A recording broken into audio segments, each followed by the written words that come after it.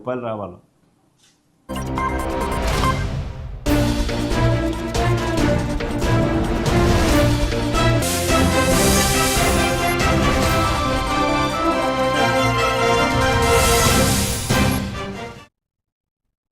Welcome to even TV news. నేను ప్రియాంక.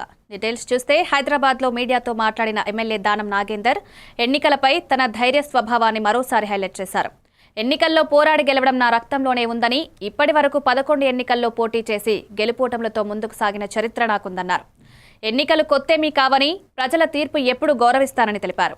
సుప్రీంకోర్టులో కొనసాగుతున్న అనర్హత కేసు విషయానికొస్తే వాదనలు నడుస్తున్నాయని, కోర్టు ఏ నిర్ణయమైనా స్వీకరించేందుకు తాను సిద్ధంగా ఉన్నట్టు తెలిపారు. మరి ముఖ్యమంత్రి గారు అందరూ ఆలోచించిన తర్వాత అలాంటి పరిస్థితి వచ్చినప్పుడు నేను ఎన్ని ఎలక్షన్లు కొట్లాడినా మీకు తెలుసు, ఇప్పటి వరకు సుమారు 11 ఎలక్షన్లు కొట్లాడాను. ఎలక్షన్ నాకేం కొత్త కాదు, ఫైట్ చేయడం నాకేం కొత్త కాదు. ఫైట్ చేయడం, గెలవడం అనేది నా రక్తంలోనే ఉంది. ప్రధానంగా ముఖ్యమంత్రి గారు ఈ మధ్య కాలంలో ఎక్కడైనా హైదరాబాద్ సిటీ మనం ఇక రైజింగ్ సిటీగా ఉన్నటువంటి సందర్భంలో హైదరాబాద్ తెలంగాణలో మరి తెలంగాణలో ఇన్ని అభివృద్ధి కార్యక్రమాలు జరుగుతూ ఉంటే రేపు 8-9వ తారీఖు నాడు గ్లోబల్ సమ్మిట్ తో పాటు రైజింగ్ తెలంగాణ సంబంధించినటువంటి మరి ఎన్నో అంశాలని అక్కడ ప్రస్తావించబోతున్నారు ముఖ్యమంత్రి గారు. కాబట్టి రైజింగ్ తెలంగాణ అంటే ఎలా ఉంటుందో చెప్పాలని 3 ట్రిలియన్. ముంబైలో RBI governor Sanjay Malhotra media ముందుకొచ్చి ద్రవ్య పరపతి విధాన కమిటీ తాజా నిర్ణయాలను వెల్లడించారు. 3 రోజుల పాటు జరిగిన ఎంసీసీ సమావేశాల్లో కీలక వడ్డీ రేట్లను మరోసారి తగ్గించాలని నిర్ణయించినట్లు తెలిపారు. ఈసారి 25 బేసిస్ పాయింట్ల మేర కోత విధించగా ప్రస్తుతం రెపో రేటు 5.25% దిగివచ్చిందన్నారు. ఈ ఏడాదిలో వడ్డీ రేట్ల తగ్గింపు ఇదే 4వసారి కావడం విశేషం. వరుసగా రేటు తగ్గించడం వలన రుణ భారాలు కొంతమేర తక్కువయ్యే అవకాశం ఉందని, బ్యాంకింగ్ రంగంలో కూడా సానుకూల ప్రభావం అని వివరించారు.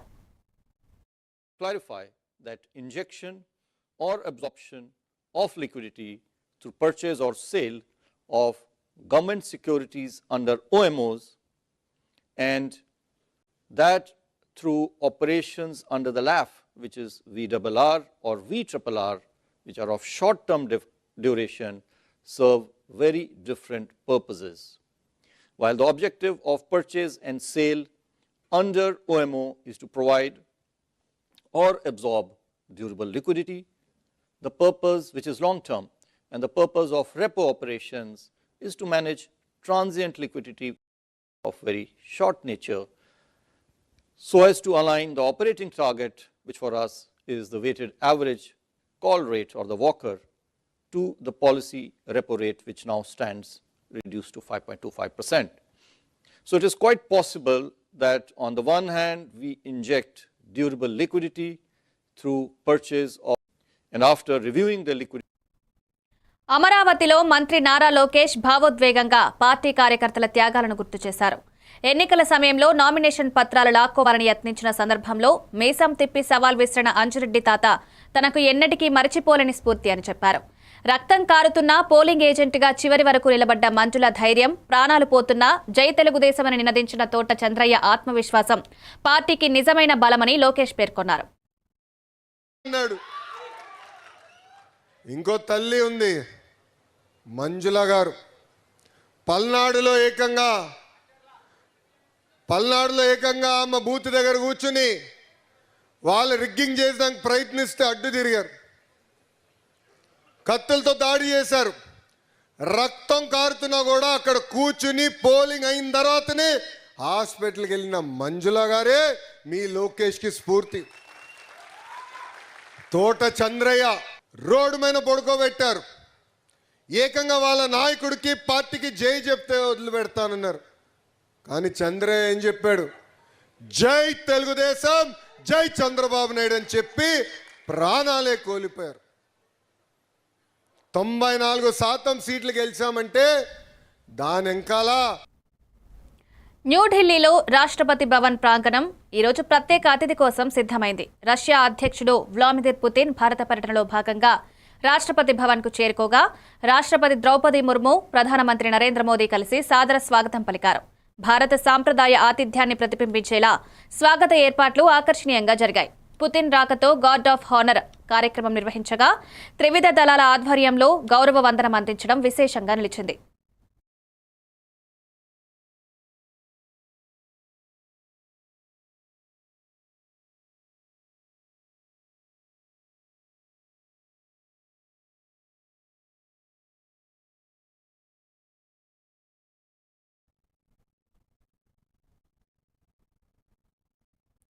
గన్నవరం విమానాశ్రయంలో కన్నడ సూపర్ స్టార్ శివరాజ్ కుమార్ రాకతో కిక్కిరిసిపోయింది. ఆయనను చూసేందుకు అభిమానులు పెద్ద ఎత్తున చేరుకోవడంతో అక్కడ సందడి వాతావరణం నెలకొంది. ఆలస్యం లేకుండా అభిమానులకు అభివాదం చేసిన శివరాజ్ కుమార్ తన కొత్త సినిమా గుమ్మడి నరసయ్య ప్రారంభోత్సవం భద్రాద్రి కొత్తగూడెం జిల్లా పాల్వంచలో జరుగుతున్న నేపథ్యంలో ఈ ప్రయాణం చేస్తున్నట్టు చెప్పారు. తన ప్రయాణాన్ని విజయవాడ కనకదుర్గ అమ్మవారి దర్శనంతో ప్రారంభించుకోవడం ఆనందంగా ఉందని తెలిపారు.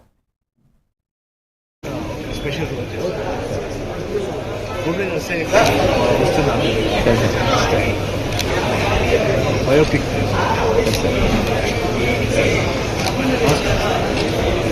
Direct okay sir. మీ పేరు సార్? సార్ నా పేరు పరమేశ్వర్ యుగాలే. మాజీ ఎమ్మెల్యే ఎక్స్ఎమ్మెల్యే గుమ్మడి నరసయ్య గారు ఉన్నారు కదా, తన పైన జీవిత చరిత్రమైన ఒక బయోపిక్ ఉంది కదా, నిజం సరే మెయిన్లీగా చేస్తున్నారు. సో అది ఆ ఇనాగ్రేషన్ ఏదైతే ఉందో ఓపెనింగ్ ఉందో ఆ ఓపెనింగ్ కోసం సార్ విజిట్ చేశారు.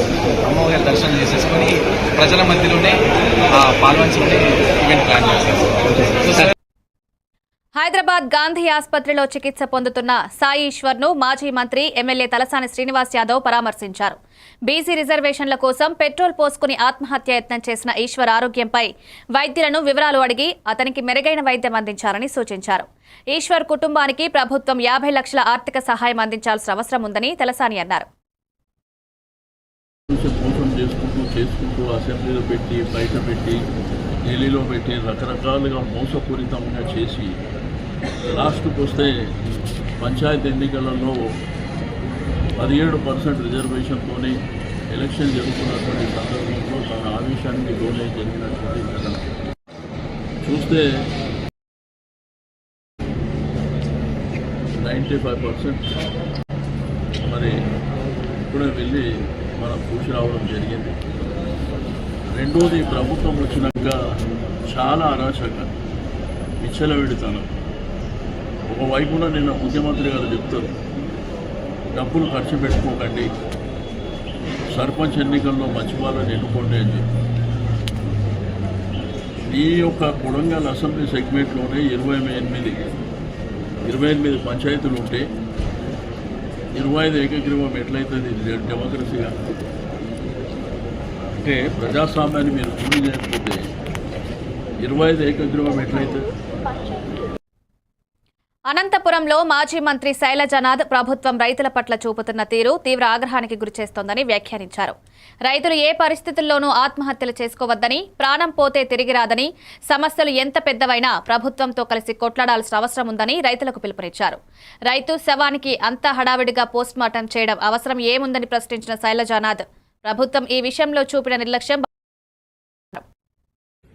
అప్పటికే దాంట్లో అంబులెన్స్ వేసి పంపించినారంట. రైతులు ఊరికే ఉంటారా? కనుక ఖండిస్తా ఉన్నా. జాత అయితే మీకు శక్తి ఉంటే రైతుకు సాయం చేయండి. ఇంకొకరు ఈ విధంగా ఉండకుండా రైతులు నేను కోరుకుంటా ఉన్నా, మీరు ప్రాణాలు తీసుకోబాకండి. ప్రాణం పోతే మళ్ళా రాదు. ఈ ప్రభుత్వంతో కొట్లాడదాం. మన బాగు కోసం, మన మేలు కోసం మనం నిలబడదాం. భామినిలో నిర్వహించిన మెగా పేరెంట్ టీచర్ మీటింగ్లో సీఎం చంద్రబాబు నాయుడు, మంత్రి నారా లోకేష్ పాల్గొన్నారు.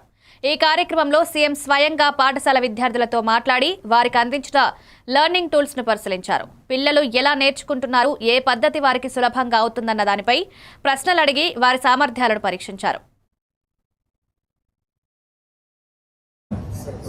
ఓకే అమ్మా, గుడ్ గుడ్.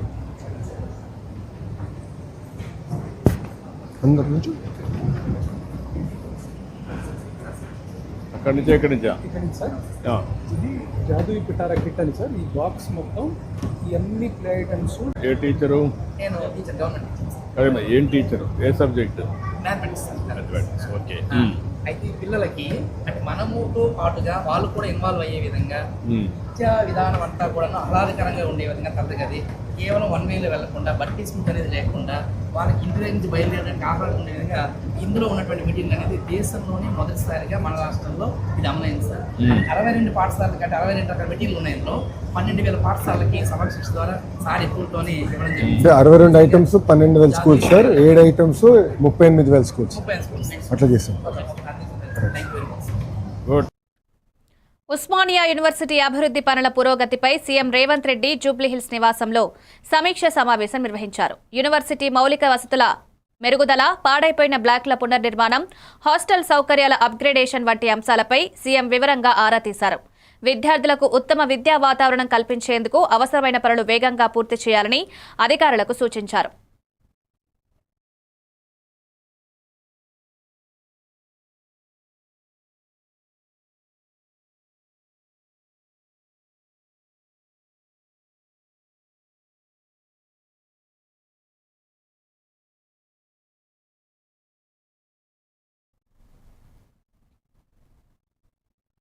భారత్, రష్యా దేశాల మధ్య ఉన్న చారిత్రక బంధాన్ని మరోసారి ప్రధాని నరేంద్ర మోదీ గుర్తు చేశారు.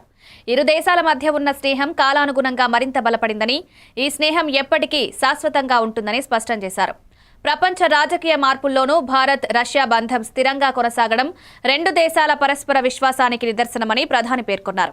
ద్వైపాక్షిక సంబంధాలను మరింత ఉన్నత స్థాయికి తీసుకువెళ్లేందుకు ఇరు దేశాలు తీసుకుంటున్న చర్యలు మైలురాళ్లుగా నిలుస్తాయని మోదీ తెలిపారు.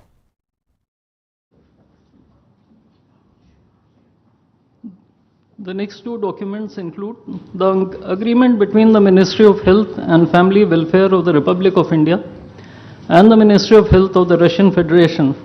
His Excellency Denis Alipov, Ambassador of the Russian Federation to India, and Shri Vinay Kumar, Ambassador of India to the Russian Federation.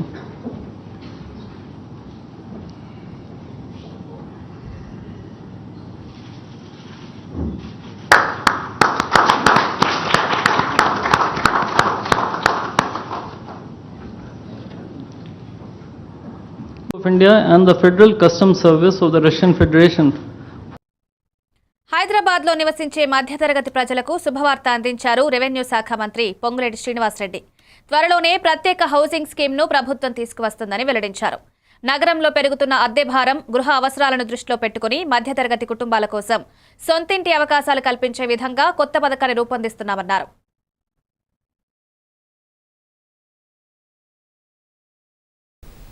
దానికి కూడా ఎఫర్టబుల్ హౌసింగ్ స్కీముని గతంలో కాంగ్రెస్ ప్రభుత్వం అధికారంలో ఉన్నప్పుడు ఈ జిహెచ్ఎంసీ పరిధిలో లైక్ రాజీవ్ సగృహ, తర్వాత మనం కుక్కటపల్లి ఏరియాలో ఉండే హౌసింగ్ బోర్డు కానీ ఇటువంటి ఎఫర్టబుల్ హౌసింగ్ స్కీమ్ ను కూడా ఈ ప్రభుత్వం మళ్లీ తీసుకురానుంది. ప్రధానంగా ఓఆర్ఆర్ కి 360 degrees లో ఉన్న ఓఆర్ఆర్ కి ఆనుకొని ఉన్న అనేక ప్రభుత్వ స్థలాలు కానీ ప్రైవేటు స్థలాలు పూలింగ్ స్కీమ్ ద్వారా తీసుకొని అక్కడ ఎఫర్టబుల్ హౌజెస్ స్కీమ్ను కూడా రాబోయే 2-3 నెలలలోపు.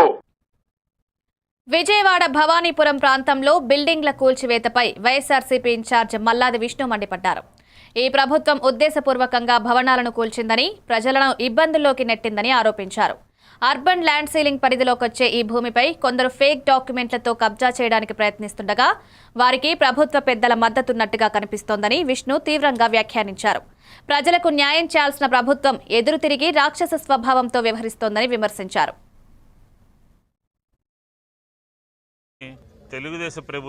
తెలుగుదేశం ప్రభుత్వంలో ఉన్నటువంటి పోలీసు వ్యవస్థ కానీ, రెవెన్యూ వ్యవస్థ కానీ, అలాగే వాళ్ళు అలసి ఇవ్వడం బట్టి గూండాలు వారు విజృంభించారు. ఈ ల్యాండ్ అర్బన్ ల్యాండ్ సీలింగ్ సంబంధించినటువంటి ల్యాండ్ సొసైటీలు ఏర్పడ్డాయి.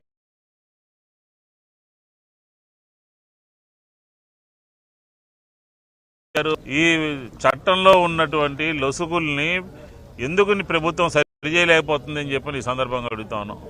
రాష్ట్ర వ్యాప్తంగా కూడా, నగరంలో కూడా ఎకరాలకి మంది కబ్జా మొన్న ఈ మధ్య అక్కడ శాతవాహన కళాశాల, అది కూడా అర్బన్ ల్యాండ్ సీలింగ్. భూమి రేట్లు పెరిగిన తర్వాత మళ్ళీ కూడా వచ్చి కలిశారు కదా, కోట్లు ఖరీదు భూమి పేరా లేకపోతే కబ్జా ఉంటారా? రేపు దిగి రాకపోతే ఎన్టీఆర్ జిల్లా వైఎస్ఆర్ పార్టీ దీనికి అండగా ఉంటుంది.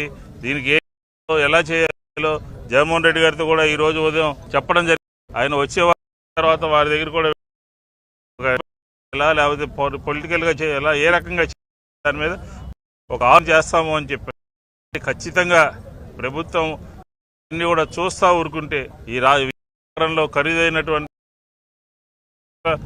భూములన్నీ కూడా చట్టంలో ఉన్నటువంటి లొసుగులను ఉపయోగించుకుని కార్యక్రమం తీసుకుంటున్నారు. దీన్ని మేము సమక్షంలో రౌడీలందరూ కూడా వేరు విహారం చేసి ఇళ్లని వైఎస్ఆర్ మీ పక్క కాంగ్రెస్ పార్టీ ఉంటుంది. న్యూస్